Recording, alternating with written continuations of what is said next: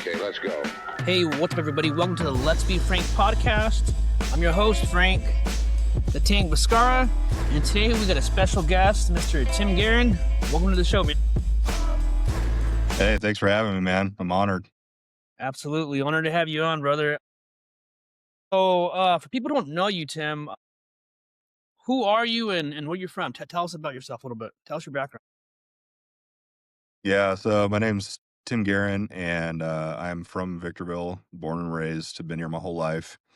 Nice. Currently reside just next door in the city of Apple Valley, and my wife and 3 kids have been living here for the past 5 years. I run a business called Old Town Leatherworks. I'm a full-time fireman, and through firefighting and kind of just having days off and looking for a hobby, 7 years ago, I ended up getting involved in leathercraft because I would see guys at the fire station wearing, leather bunker belts, leather suspenders, leather chin straps, glove straps, stuff like that. And it kind of just looked like a cool hobby that I wanted to explore, and it just kind of took off from there.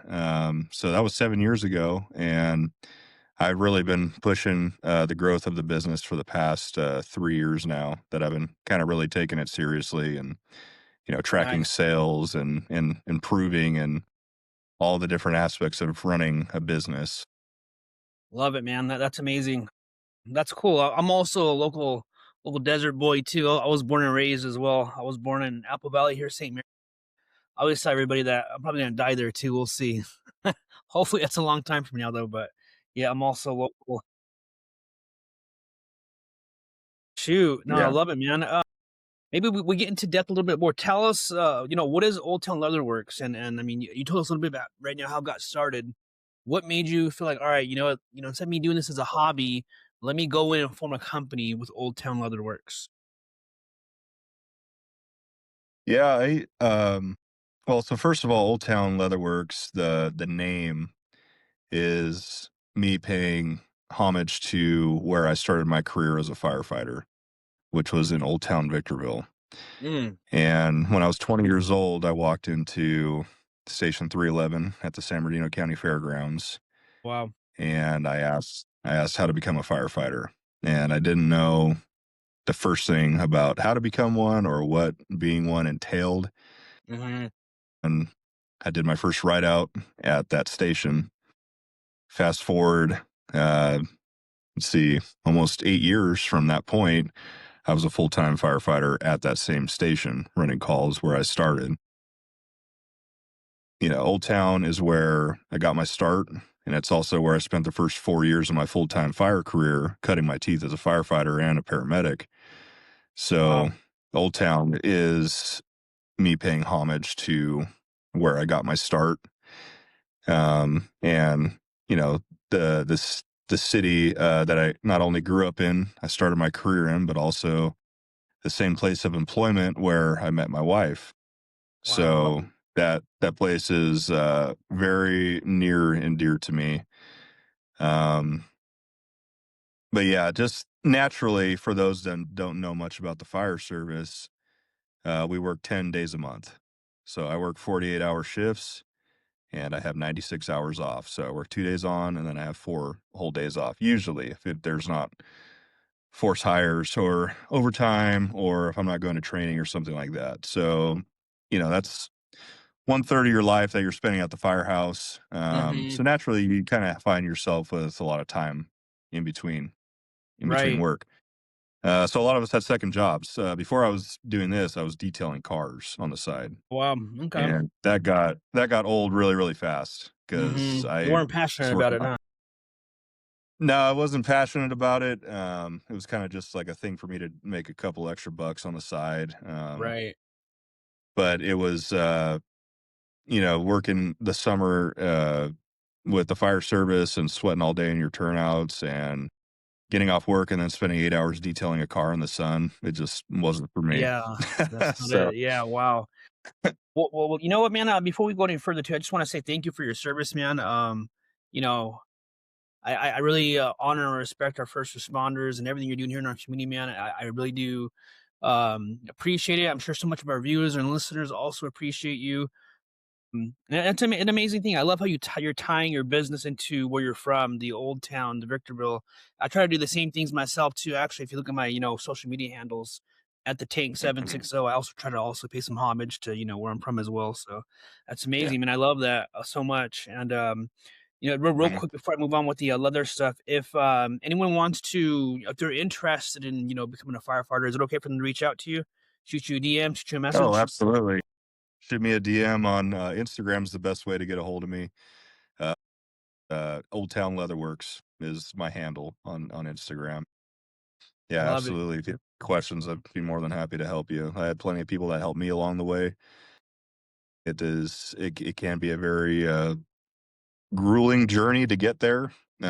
So yeah, definitely hit me up. I love it and respect it so much. And actually, believe it or not, you guys, me and Tim actually sat down a few months back because I was just really curious about it, how it would, work if I dabbled into, becoming a firefighter and started serving like that. But I just came to the conclusion that I'm too old. So anyone that's out there that is interested, do it sooner than later. If it was like 10 years, even 5 years ago, I would have dove all in. But not so much I respect what you guys do. So I'll be more than happy to sit here on the sidelines and support you guys any way I can. But moving along now, Tim, what types of leather goods do you specialize in? Let our audience know, what kind of products you put together. Well, naturally, the fire stuff. That's what I started out making. And that's really kind of what took off, which was the leather suspenders, the bunker belts. I used to make chin straps and glove straps. I don't really make those anymore. Okay. Um, and then I make radio straps as well. So those are like the three keystone items that I make for the fire gear. Those are my three most popular items, the best sellers.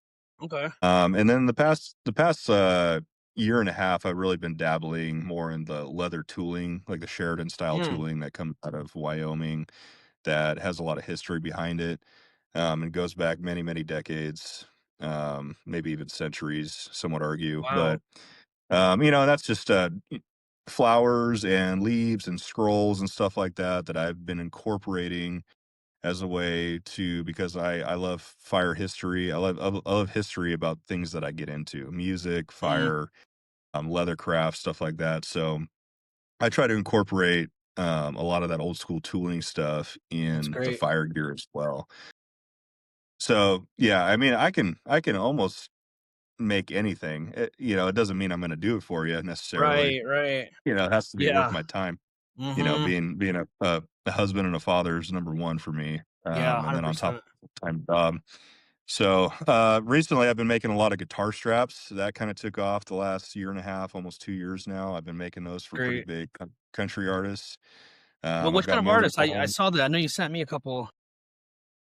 Yeah, so I mean, the first one I made was for a local boy, Chase Beckham. He won American Idol Okay, a few yeah, years yeah, I saw ago. that. Awesome. That kind of gave me my start and gave me a little bit of publicity. And then I made one for Larry Fleet. And once Larry Fleet started wearing those while he was on tour with Morgan Wallen, and Mm, everybody started coming out of the woodworks for those. So I've got Larry Fleet. I got his entire band. I gave Larry Fleet another one just a few weeks ago at a show in Anaheim that I made. So he's got two of mine. And then the rest of his nice. band has Morgan Wallen's guys, Ella Langley, who's got a couple on the Mm. radio charts right now. Yeah, yeah, she's got some good one. Um, That Texas song I really like. I'll be mhm. two-stepping in my kitchen when that thing comes on. Yeah. Yeah, and it's been cool. It's meeting a lot of the people that I listen to all the time and being able to go to their shows and then watch them wear my work that I custom made for them. Yeah, Has how been a cool really, is that? really spirit. Yeah. That's fucking so great, man. That's awesome. It has to just add another layer to, the enjoyment and the passion to what you're doing, man. That's so cool to hear. Yeah. Um, Absolutely. Super cool, super super cool, man. So what makes your products different from other leather brands out there? Mm, that's a good question. I mean, I think everybody's kind of got their own flavor. It just depends on what you're doing, you know. Mm, There's a lot of guys out there in the fire service that are doing the same thing. They're making suspenders, they're making radio okay. straps and belts and stuff like that. But I think, one thing that I really pride myself on with my business is that I use the highest quality materials. And that's something that I knew early on that I wasn't willing to compromise on, so I Mhm. I pay a lot of money up front for the highest quality leathers that I can use, which are Wicked and Craig and Herman Oak. Um, just not a lot of people probably know who they are, but those are the two big people in the leather business. And Wow. the reason why is because they have such high quality leather products that they put out, and they've been able to sustain those businesses for over 140 years each.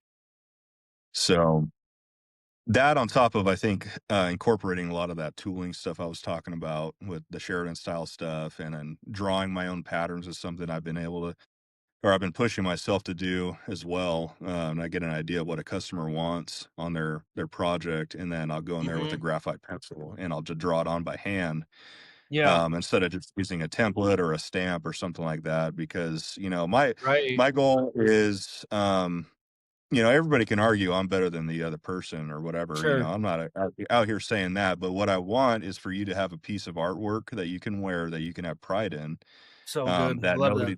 nobody else has, right? Right. Dude, I love that so much. Everyone's having, they're wearing their own little individual unique piece of art. And going back to the quality, I can actually, attest that it's actually great quality. I think my belt's off right here. Look at this. Yeah, look at that thing. This thing honestly is my favorite belt that I've ever owned. And I'm not just saying this for the video. I wear this thing every day. I actually need to get a brown one off you because I've been wearing this with some of my outfits that don't match. Like a brown one would have been good with this one today, but dude, it's Yeah. just quality, like I told you last time, it's like it feels like leather from a really nice luxury car, a nice leather seat, even better than that at times. And then I'll pull Hmm. this out sometimes too when my kids are acting up, but I'm not hitting them, so don't call CPS. Don't cut that and call Yeah, you're CPS. just threatening. That's different. Yeah, so I'll pull it out, and the way this leather sounds when I crack it, like, "Hey, let's go." Wait, there we go. It just sounds so good, and it gets them in line, so Yeah. it's great it's great quality, Well, man. that belt that you have, I mean, I would venture to say the reason it's your favorite, other than it came from me, Yeah, is yeah. it's comfortable Yes. and Mhm. it fits perfectly, and there's a reason Perfect. why. That's by design. It's because I use the Mm. highest quality materials. I take the time to sand and burnish the edges so it's nice and smooth, not rough on your fingers or rough on your Okay. side or your belly or your back when you're wearing it, and it Right. doesn't rub into you like that, right? Yeah, it But doesn't. I didn't even also, think about it. Yeah, it does. when a person wants to order a belt from me, I say, "I need a measurement of your current belt from the turnover to the most used hole," because I make that and I fit it perfectly to what you're used to wearing. So the Yeah. comfortability, it's 100% by design. Okay. Yeah, that makes complete sense because it fits perfect. It fits perfect, and yeah, it's just the comfortability. I guess, and you're right. Those other belts that I wear, they do rub against my belly and stuff and make me uncomfortable. And yeah, these little small details, man, that's great. I mean, I didn't even think about all that, but by far the best belt I've ever had. Super comfortable, super soft leather, and it looks great too. So, Yeah, and if you take um, care of it, it'll last you a lifetime. yeah, I feel like it will. It's just so tough and rugged, and but at the same time, it's also so soft, and if that makes sense.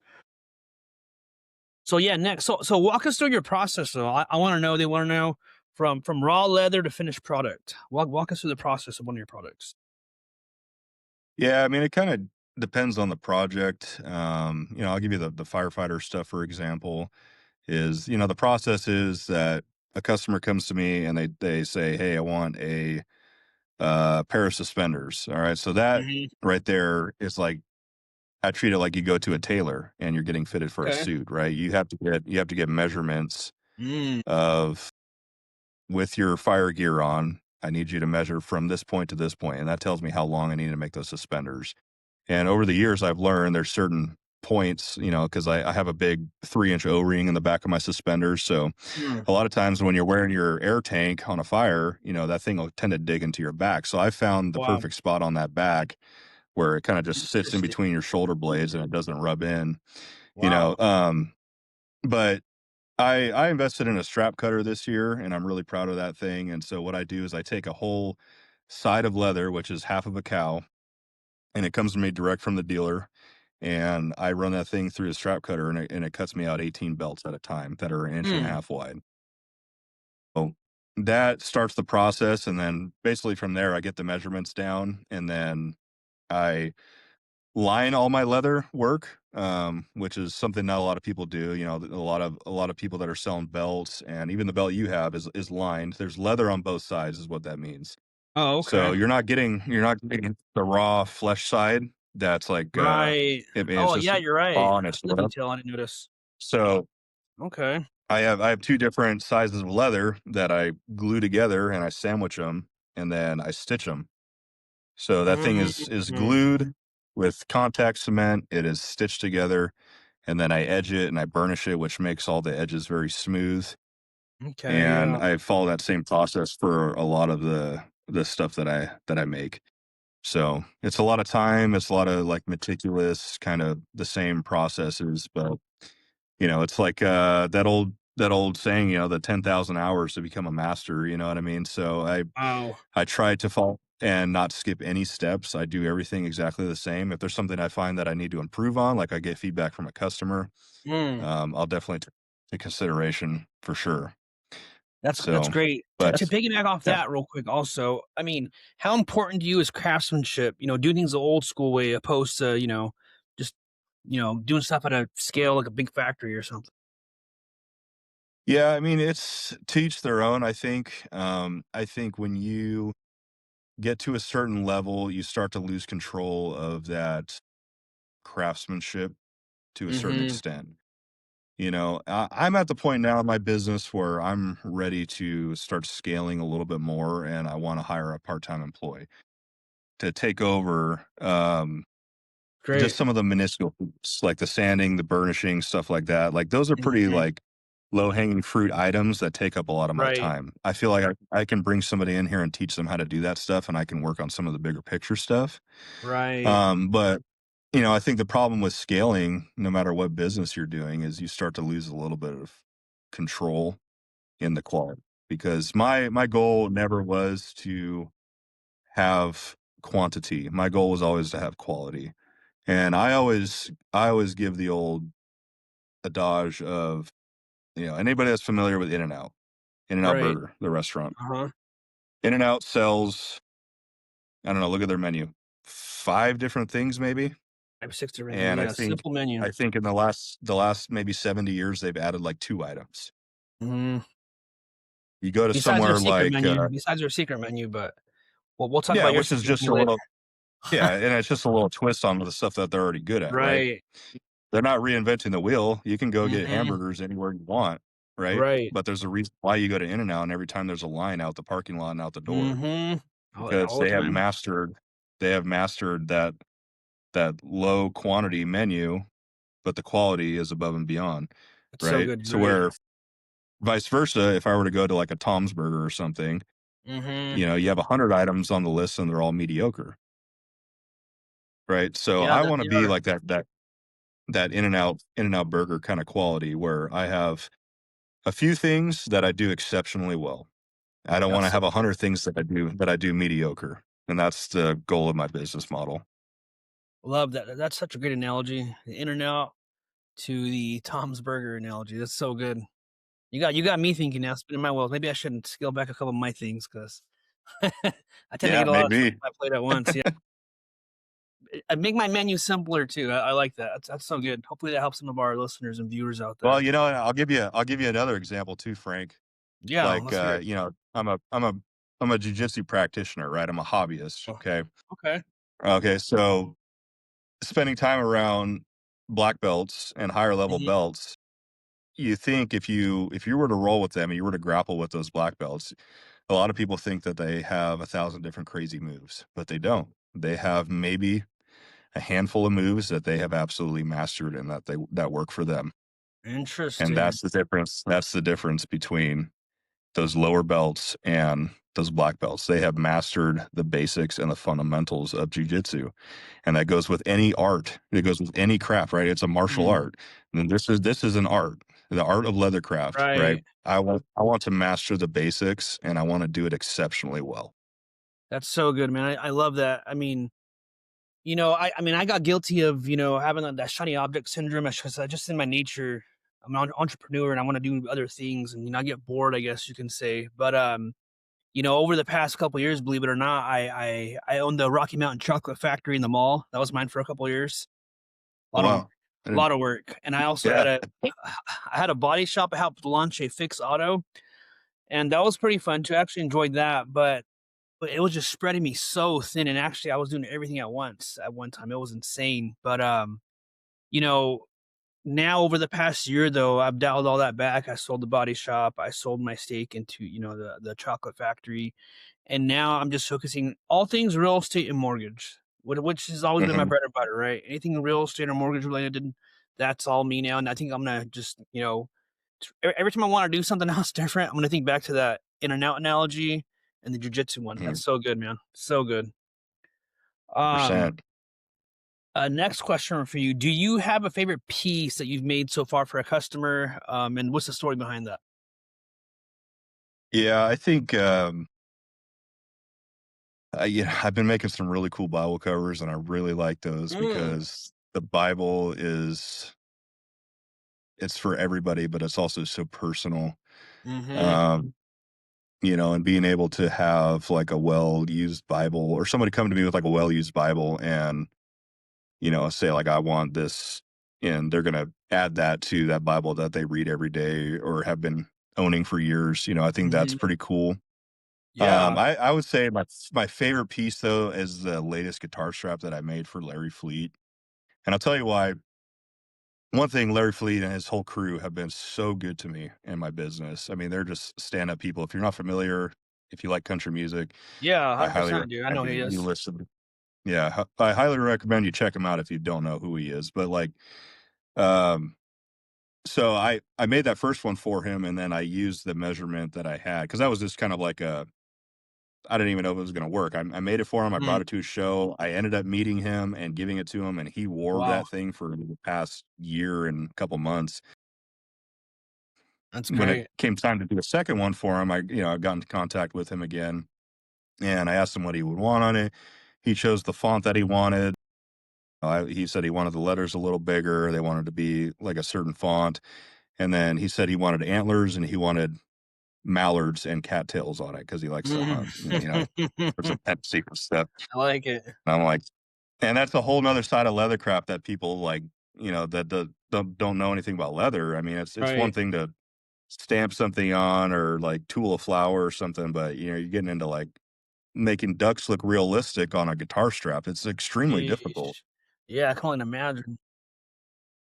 So, working with him through that, my uncle, my great uncle, he passed away in 2020. He was 90 years old, and he spent 20 years in the Navy, and he was stationed in Alaska during a majority of those years, and they used to call him the Tandy Leatherman of Alaska because that was one of his hobbies in his off time Wow. during the Navy was to tool leather, and this is back in, like, the '60s. Wow, very cool. Um, Pass it down to you. when Okay. when he died, I inherited his all of his leather tools, and so Mm. I have these antique tools that my uncle was using 50, 60 years ago, and a lot of the things that my uncle would do was those figure carving things where he would do, like, deers and, ducks or Mm. whatever.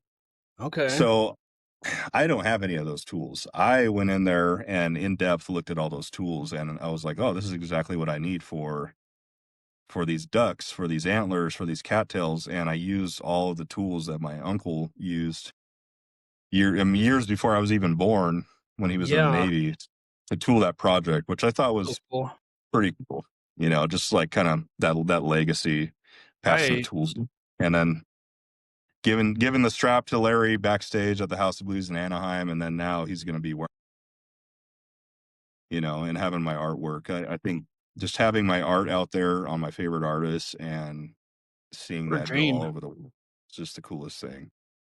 Freaking love that, man. What a dream come true almost. I can only imagine making something, you know, I put so much effort into and, personalize, and one of my favorite artists is wearing that. So, so cool. That's great, man. And I love how you got those tools that your grandfather, pretty much gave to you. And, you said you still have them or you don't?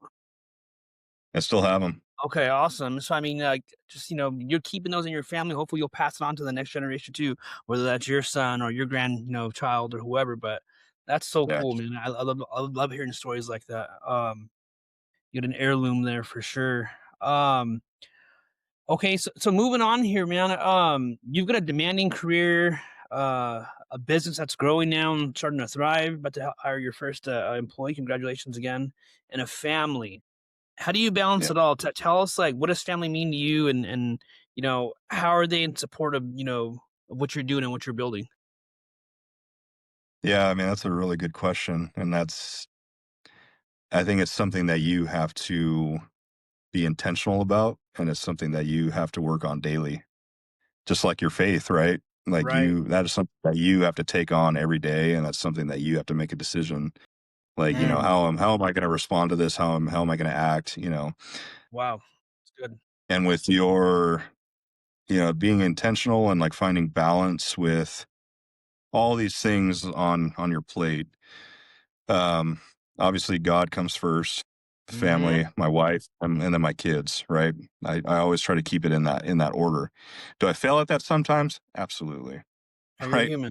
Absolutely. I'm Yeah, yeah. human, We all right? fall short, Um, but you yeah, have your timing. so the thing that has really been monumental in my marriage and my relationship with my kids and running this business on top of a full-time career with a wife that also works full-time and has her own career, which adds Hmm. another layer to things, right? Right. Um, is schedules. And it's not fancy and it's not sexy and not everybody likes to do it. But last year I invested in a digital calendar that sits in my living room, and it has the kids have chores. They have chores. They go on there, do their chores. They check them off every day. They look forward to checking them off. Right.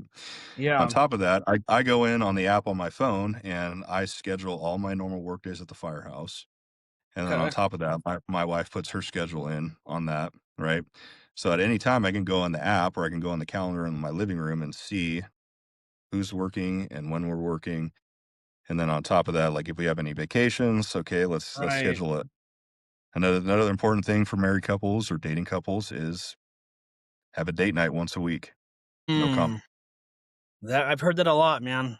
Take Have a notes, date night everybody. once a week, and every now and then, have an overnight trip with no kids. It's a game changer, man. Wow. Okay. I've heard that too. Wow, that's great.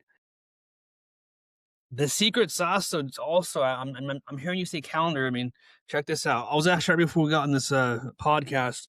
I was trying to build out my calendar daily, weekly, and monthly. So I've heard so much about people just being structured when they're business owners, when they're also doing a career, and the kids, and the spouse also having a career as well too. So I'm looking forward to getting my calendar in place today too, and just executing that too. Because I mean, if that's helping you right now, and juggling all these things, firefighter, business owner, husband, Mhm. father, man of Christ too. I love that. So I'm definitely gonna make it a point to do that as well.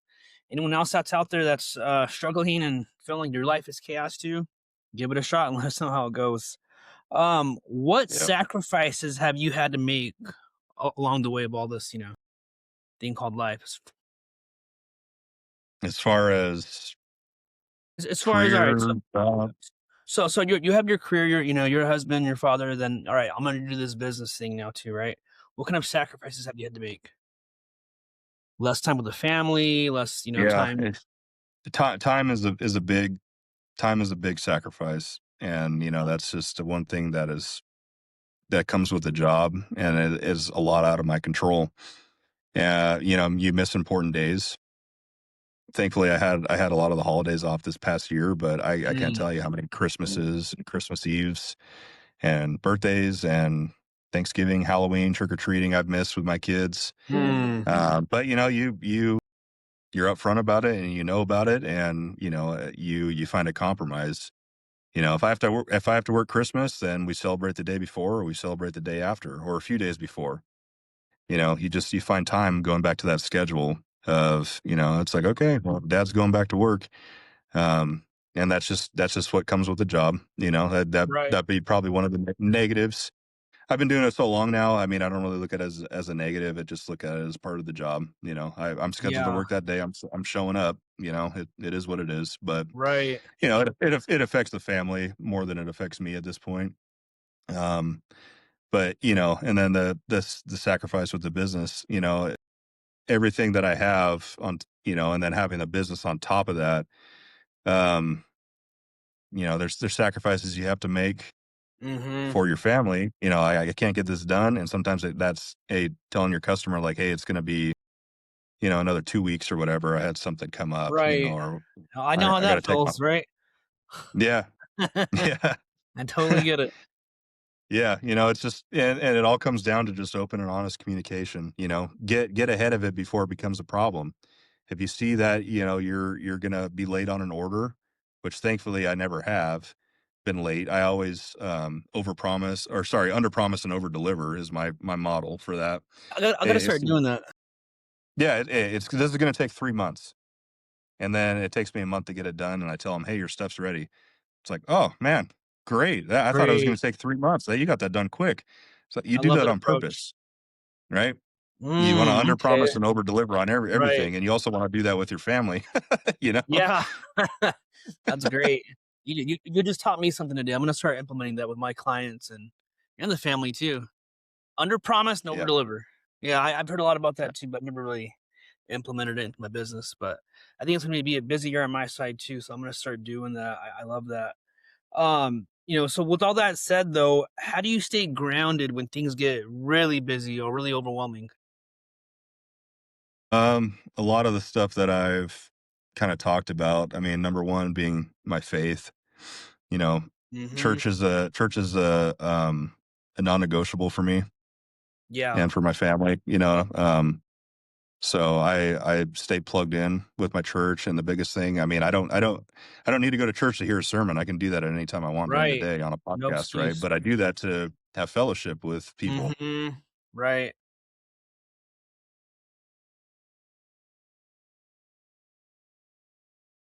Uh,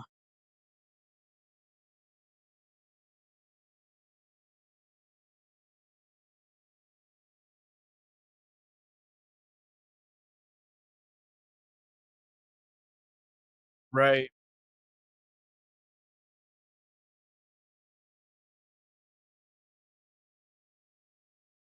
If you're gonna tell yourself you're gonna do something, then you need to follow through and do it, you know? It's like I'm in the shop from 11 to 3 today, and that's my time, and after that, there's not gonna be any more time. It's all devoted to my family, Love it. and I schedule things out, and I stick to them the best I can. That's awesome, man. That's so cool to hear.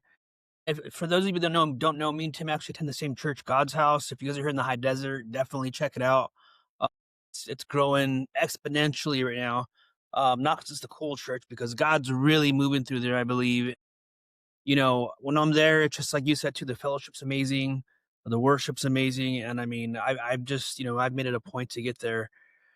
Every Sunday. I just saw yesterday too, they announced that they're gonna be having something on Mondays for men Mhm. as well too, so that's super cool. So hopefully I'll see you there, Tim. Yeah. It was also cool to see you on stage for the Christmas special with the guitar. I Yeah, got some video of you. I was gonna send it over to you, forgot. nice. Um, I actually just started my guitar learning journey. I'm so fresh at it.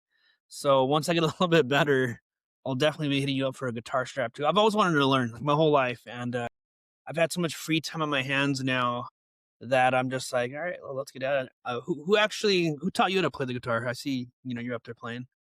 Yeah, I taught myself for a number of years, and then, I started YouTube? taking well, no, so YouTube wasn't really a thing. I started playing when I was 11. YouTube didn't Wow. exist back Okay. then. So, I took lessons. I started taking lessons when I was 14, a freshman in Okay. high school, and then I took lessons all throughout high school, so 4 years of lessons, and then I ended up Mm, working for that guitar shop that I was taking lessons. I worked there for 5 years. sweet.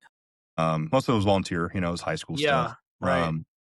And then after that, I went to Fullerton College and Citrus College as a music major Mm, and learned a lot there while I was there.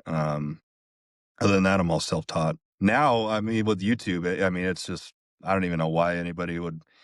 I mean, no higher. offense. pay for guitar lessons. I mean, Right. They're you can so learn good and anything you detailed. want from on YouTube. They're so good and detailed now. Yeah, I one thing I'm Yeah, noticing right now, I don't know if you experience this still or if it goes away forever, but my fingertips are getting really raw, like, almost but yeah, developing calluses. Like, it almost hurts to play right now, but I'm being told that it goes yeah. away eventually. But yeah, those calluses once they develop, they'll be there if you keep playing, and that'll make it a Okay. lot easier to play. Nice. Good to hear. I was like, "Man, I hope it doesn't Yeah, say it's this a journey, stuff." man. I've been playing for 24 years. I'm still learning. Really? Wow. Yep.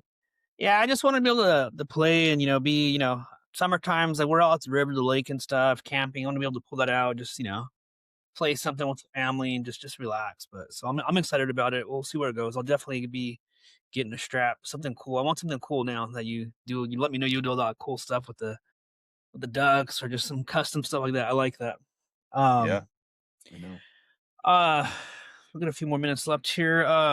Real quick, let me know what keeps you motivated on the days that you're exhausted. Like, is that going back to your schedule, going back to your faith? Like, I know there has to be some Mhm. days where you just had a probably killer day at the, you know, at the station, and you get home, kids might be in a bad mood, and you got an order you need to knock out. Like, what keeps you Yeah. going? That really just comes down to discipline, man, because Discipline. motivation is very fleeting. Mhm. You get motivation, you get inspiration. Those are little jolts that go in and out in a matter of Yeah, that's seconds. true. And it comes down to it. I've got, well, first of all, at the firehouse, I'm back at a station with 9 dudes. So, I mean, I have 8 other Mhm. guys that rely on me to perform every day, right? I have the citizens of the department I serve in the city I serve that rely on me. I have a wife that relies on me, and I have 3 kids that rely on me. And then on top of my list of orders that I have customers that are relying on me to come through, right? Mhm. So, the answer is discipline. It's you make promises and you keep them, because if you break your word, then you don't have trust. If people don't trust you, they're not willing to buy from you. That's for sure. Right. People buy and they spend their money on people that they know, like, and trust. Mhm. Right? If they don't trust you, they're 100%. not going to give you their money. Right? Exactly. Yeah, 100%, man. I'm right there with you on that one. And speaking on that, actually, this episode is brought to you by Leveled Up Loans. If you guys are in need of a mortgage, a refinance, a home equity line of credit, you need an extra loan for an investment property, contact myself. You can reach me at my handles at the Tank 760. Be happy to help you. And actually, believe it or not, Tim was one of my mortgage clients. We just finished a refinance. Thumbs up or thumbs down, real quick, Tim. Hey, I got a cheaper mortgage. I'm happy. Let's go. That's what it's about. That's what it's about. Um, and as we wrap this up here, everybody, yeah, I just want to let you know that Tim, his products are by far the best leather, from what I've seen, the best quality out there. And Tim, let the audience know where they can find you, how they can contact you, how they can place an order.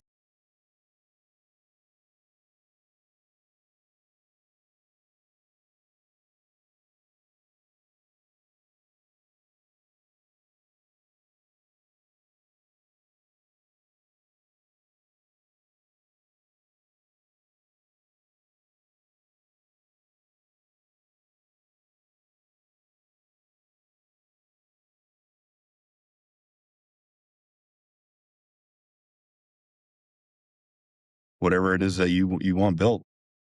Love it. And your handle's at Old Town Leatherworks, right? Correct. And actually, you just gave me an idea right now, man. It's gonna be maybe a little breakthrough for you today. The TikTok. Have you gone live on TikTok yet? I haven't. Okay, that's such a game changer right there, man. And I just started doing this over the past couple weeks. I saw a loan officer in there, and he was just going live and talking about topics and stuff. I see other people in business, whether they're giving haircuts or like I said, the mortgage loan officer, they're just live, or are just recording themselves working. What would be cool for you might be, hey, get another phone, put on a tripod, and as you're just doing something, just you have it in the library there. People will come in and out, especially if you're in there like today. If you're in there a few hours, they can ask you questions. You're building an audience there. Mhm. You're getting more followers and stuff. But it's so cool. TikTok's algorithm is so much different than Instagram. I still love Instagram, for majority of my stuff too. But the live is such a game changer, man. Definitely check it out, and then Mm, you can definitely maybe generate some more business and a bigger following there yeah, as well. I will for sure. Yeah, Appreciate like it. even and actually I've been getting clients in places that I would have never expected. I'm getting a really big following in Texas, which is super cool. I never would have thought about doing business out there, but I've gotten so much traction out there. I actually got licensed in Texas as well too to do mortgage loans. So it's pretty sweet. Oh, So look it's at that that. definitely opened some doors for me. But yeah, man. Um we'll wrap it up with what was this at? We got your social media handles, DM. Do you have a website they can visit as well too? Yeah, you can visit, it's oldtownleatherworks.com. Not super active on the website. It's just honestly easier to avoid. You do that stuff, and it's kind of like Etsy where you're paying a bunch of Mm, process. And like, right. I'd rather save my customers some money, and I'd rather you just go direct with me. So that's why I say Instagram's the best way. You can also email me, oldtownleatherworks@gmail.com. A lot of people reach out to me that way as well. All right. Love it, man. Well, hey, thanks for joining the show, man. It's always an honor talking with you. Always a pleasure. Um, Ladies and gentlemen, Mr. Tim Garren, man of faith, firefighter, and a leather worker who does the most amazing work that I've seen. We're gonna do this again soon, man. We'll have to get together soon outside of work and stuff like this. Yeah, absolutely. I appreciate it, man. Thanks for having me on. All right, brother. Have a great week and God bless. See you soon. All Take right. care. Bye.